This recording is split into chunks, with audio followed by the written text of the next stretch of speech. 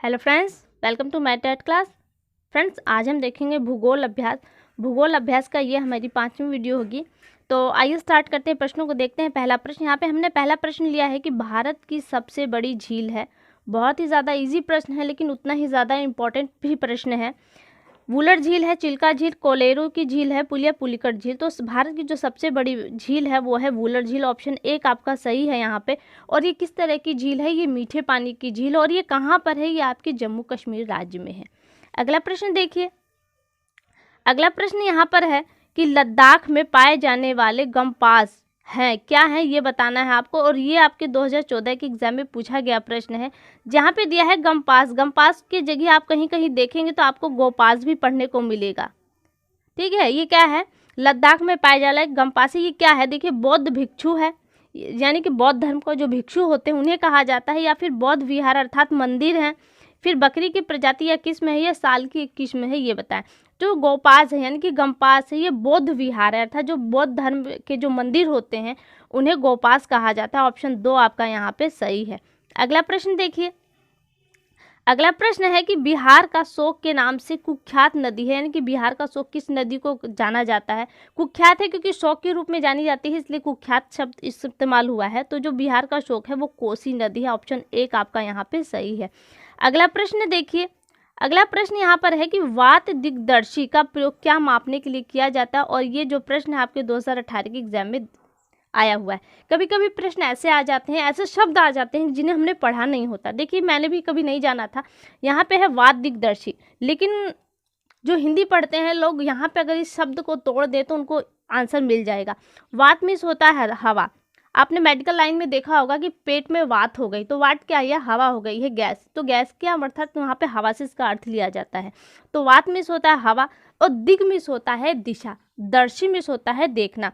हवा, दिशा और देखना। तो यहाँ पे आप तीनों शब्द को जोड़ दें तो क्या होगा कि हवा की दिशा को देखना। तो देखिए, हवा की दिशा को देखने से रिलेटेड कौन सा ऑप्शन है? वायु वेग है? नहीं। वायु दाब है? नहीं। वायु दिशा है? ये है। वायु तापमान नहीं है। तो यहाँ पे देखिए ऑप्शन 3 आपका यहाँ पे सही है। अगला प्रश्न देखिए। अगला प्रश्न दिया है कि बांदीपुर राष्ट्रीय उद्यान अवस्थित है। बांदीपुर राष्ट्रीय जो उद्यान है वो कहाँ है? आपके आंध्र प्रदेश में, मध्य प्रदेश, कर्नाटक या छत्तीसगढ़ में? तो ये बांदीपुर राष्ट्रीय उद्यान आपके कर्नाटक राज्य में है, और ये शेरों के लिए ज़्यादा फेमस है। अगला प्रश्न देखिए। अगला प्रश्न है कि प्रसिद्ध चिल्का झील अवस्थित है। चिल्का झील कहाँ अवस्थित है? आंध्र प्रदेश में, उड़ीसा में, तमिलनाडु, केरल में। तो जो चिल्का झील है वो उड़ीसा राज्य में स्थित है, और ये खारे पानी की सबसे बड़ी झील है। और आपको पता है कि ये जो समुद्र की गति, उसकी अवस्थिति के कारण ये झील बनता है। अगला प्रश्न देखिए। अगला प्रश्न है यहाँ पे, निम्नलिखित में से कौन सा महाद्वीप आकार में सबसे छोटा? और ये 2018 के एग्जाम में पूछा गया प्रश्न है। प्रश्न बहुत ही ज़्यादा इजी है, लेकिन उतना ही इम्पॉर्टेंट भी है। अभी कमेंट के थ्रू मुझसे कहा गया कि मैं थोड़ा लेवल हाई करूं, लेकिन आप देख रहे हैं कि मैं जो प्रश्न उठा रही हूं उनमें बहुत से ऐसे प्रश्न हैं जो बहुत ज़्यादा इजी। और CTET का जो 2018 का एग्ज़ाम वो तो काफ़ी ही इजी पेपर था। तो मैंने ये नहीं कह रही कि आप इजी प्रश्नों को ही देखिए। यहाँ पे मैंने वैसे भी प्रश्न लिए हैं जो आपके लिए इम्पोर्टेंट है और थोड़े मुश्किल भी हैं। तो यहाँ पे देखिए, जो सबसे आप अभी पूछा गया है कि महाद्वीप जो सबसे छोटा है, तो वो आपका है ऑस्ट्रेलिया महाद्वीप। यहाँ से ऑप्शन 1 आपका यहाँ पे सही होता है। और सबसे बड़ा अगर पूछा जाए तो आपका हो जाएगा एशिया महाद्वीप, सबसे बड़ा महाद्वीप है। अगला प्रश्न देखिए। अगला प्रश्न है कि भारत का क्षेत्रफल संपूर्ण विश्व के क्षेत्रफल का कितना प्रतिशत है? तो भारत का जो क्षेत्रफल संपूर्ण विश्व के 2.4% है। अगला प्रश्न देखिए। अगला प्रश्न दिया है कि भारतीय राज्य में सर्वाधिक लंबी तट रेखा किस राज्य की? सबसे लंबी तट रेखा, बहुत से लोग केरल पे टिक लगाएंगे, बहुत से लोग आंध्र प्रदेश पे टिक लगाएंगे, लेकिन ये गलत है। जो सही उत्तर है वो है गुजरात, क्योंकि गुजरात की जो अवस्थिति है कुछ इस कंडीशन होने की वजह से, जब आप पूरी लाइन को इस तरह से नापेंगे तो ये सबसे लंबी लाइन निकलेगी। तो सबसे लंबी जो तट रेखा है वो गुजरात की है। अगला प्रश्न देखिए। जैसे उसका अपोजिट प्रश्न है कि निम्न में से किस राज्य की जो तटीय सीमा है वो सबसे छोटी है? तो आपका गोवा राज्य सबसे छोटा है, इसलिए गोवा ही सबसे छोटा तटीय वाला क्षेत्र होगा। आपका गोवा ऑप्शन ठीक है, ऑप्शन 2 सही है आपका। अगला प्रश्न देखिए। यहाँ पे लिया, निम्न में से कौन सा परंपरागत ऊर्जा का स्रोत है? और 2012 के एग्जाम में ये पूछा गया प्रश्न था। और एक प्रश्न इसी तरह का 2018 में पूछा गया था कि गैर परंपरागत है, यहाँ पे तो परंपरागत आ गया था, वहाँ पे पूछा था गैर परंपरागत। पहले अपने प्रश्न को देखिए जो यहाँ पे है कि परंपरागत स्रोत है, यानी कि परंपरा जो परंपरागत तरीके से हम यूज़ करते आ रहे हैं। सौर ऊर्जा है नहीं, ज्वारीय ऊर्जा है नहीं, जीवाश्म ईंधन है हाँ, ये हम जिसे हम कोयले के रूप में पहले से ही इस्तेमाल करते आ रहे हैं, जबकि पवन ऊर्जा नहीं है।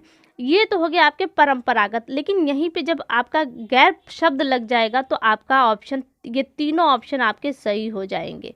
गैर परंपरागत यानी कि जिसे हम परंपरागत तरीके से इस्तेमाल करते हुए नहीं आए, वरन उसे नए तरीके से नवीन रूप में, नवीन समय में उसे इस्तेमाल कर रहे हैं। अगला प्रश्न देखिए, अगला प्रश्न यहाँ पर है कि उत्तरी अमेरिका का पूर्वी तट और जापान के आसपास समुद्री मत्स्य प्रचुर है क्योंकि, और ये प्रश्न आपका 2012 के एग्जाम में आया हुआ प्रश्न है, यहाँ पे मत्स्य प्रचुरता कहाँ होती है, जहाँ पे एक ठंडी और एक गर्म जलधारा मिलती है। तो इन दोनों के मिलने से वहाँ बहुत ज़्यादा कोहरा हो जाता है, हालांकि ये कोहरा जलयानों के लिए बहुत ही घातक सिद्ध होता है।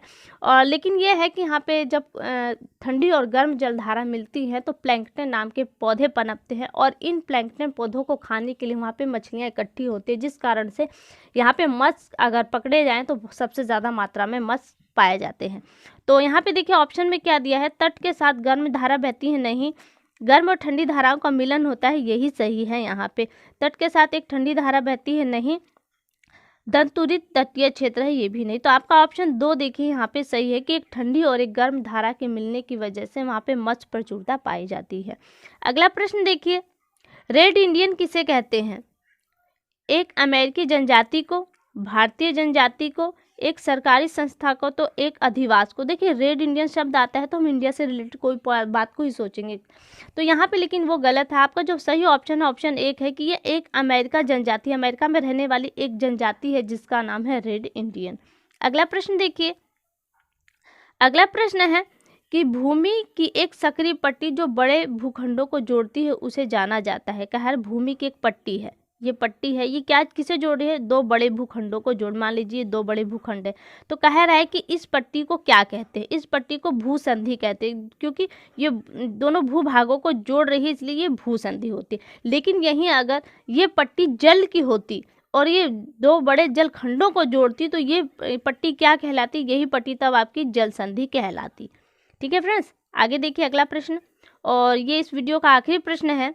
प्रश्न है आपका, दीर्घ ज्वार आता है, यानी कि दीर्घ ज्वार कब आता है ये पूछा गया। पूर्णिमा को आता है या अमावस्या को? पूर्णिमा एवं अमावस्या दोनों को आता है, या कृष्ण एवं शुक्ल पक्ष की अष्टमी को आता है। तो देखिए जब तीनों चांद, पृथ्वी और सूर्य आपकी एक लाइन में होती है तब दीर्घ ज्वार आता है। और ये कंडीशन कब बनती है? ये कंडीशन 2 दिन बनती है, पूर्णिमा के दिन और अमावस के दिन। तो ऑप्शन 3 देखिए यहाँ पे आपका सही है कि पूर्णिमा एवं अमावस दोनों ही दीर्घ ज्वार आते हैं। ऑप्शन 3 आपका यहाँ पे सही है। तो फ्रेंड्स आज के लिए केवल इतना ही, अगली वीडियो हमसे फिर मुलाकात होगी, तब तक के लिए नमस्कार।